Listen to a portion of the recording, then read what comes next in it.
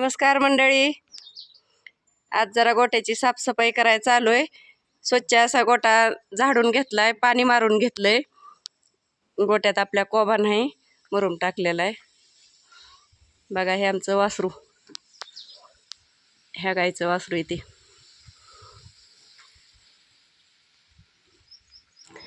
पाणी मारून घ्यायचं आणि नंतर फवारणी करून घ्यायची, जेणेकरून पिसा गोचीड होत नाहीत. आमची 15 दिवसाला महिन्यातून एक वेळेस तरी फवारणी असती. तुम्ही पण ही फवारणी नक्कीच करून घ्या.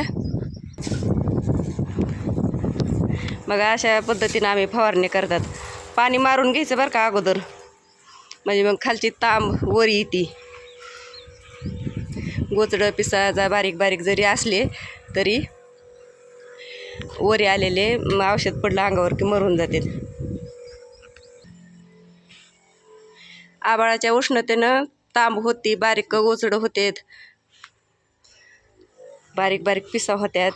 हुचनी गोट्यात पिसा गोचीड म्हणून आमची अशी फवारणी चालू असती. कडी कोपरे सगळे कडी कोपऱ्याने फवारत होतो आम्ही.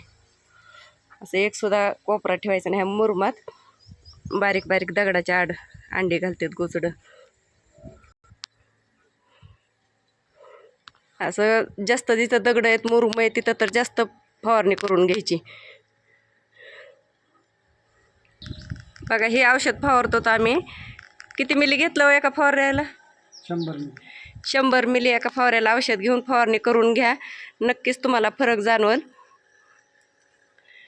बघा आमचा गोटा साधा सोपा सिंपल आहे आपलं. खाली मॅट नाही, कोबा नाही, काही नाही, आपलं साधं साधंच आहे. बरा वाटला का गोटा गाई कमेंटमध्ये नक्कीच सांगा. बघा हे आमचा बाहुबली, त्याची आई ही. उन्हाळ्याचं उष्णतेनं जास्त गोचीड तांब होती, त्यामुळं आम्ही ही गार राहण्यासाठी सिमेंटाचं पत्र वापरलेले आहेत. गार वाटते. हाईट घेतलेली भरपूर, 14 इंचाची. बघा ना, ही बाहेर पटांगण ठेवलं आहे आम्ही 40 फुटाचं. सकाळ संध्याकाळ बाहेरच असते जनावरं. मोकळी हवा लागते, कवळं ऊन लागते जनावराला पण सकाळचं, आणि संध्याकाळी पण 5:30ला बाहेर घेतात. सगळं फवारून घेतलंय. बाहेरचं फवारलंय, आतलं शेड फवारलंय.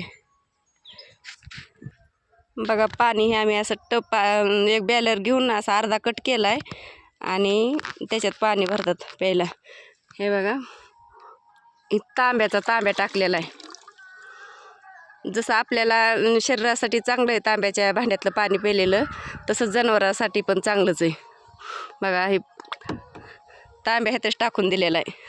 जरी तांब्या नाही टाकणं झालं तरी तांब्याच्या प्लेटा भेटतात. तांब्याच्या प्लेट बारकी आणून टाकली तरी चालते. कसा वाटला व्हिडिओ नक्कीच सांगा. भेटूया पुढच्या व्हिडिओमध्ये. बाय.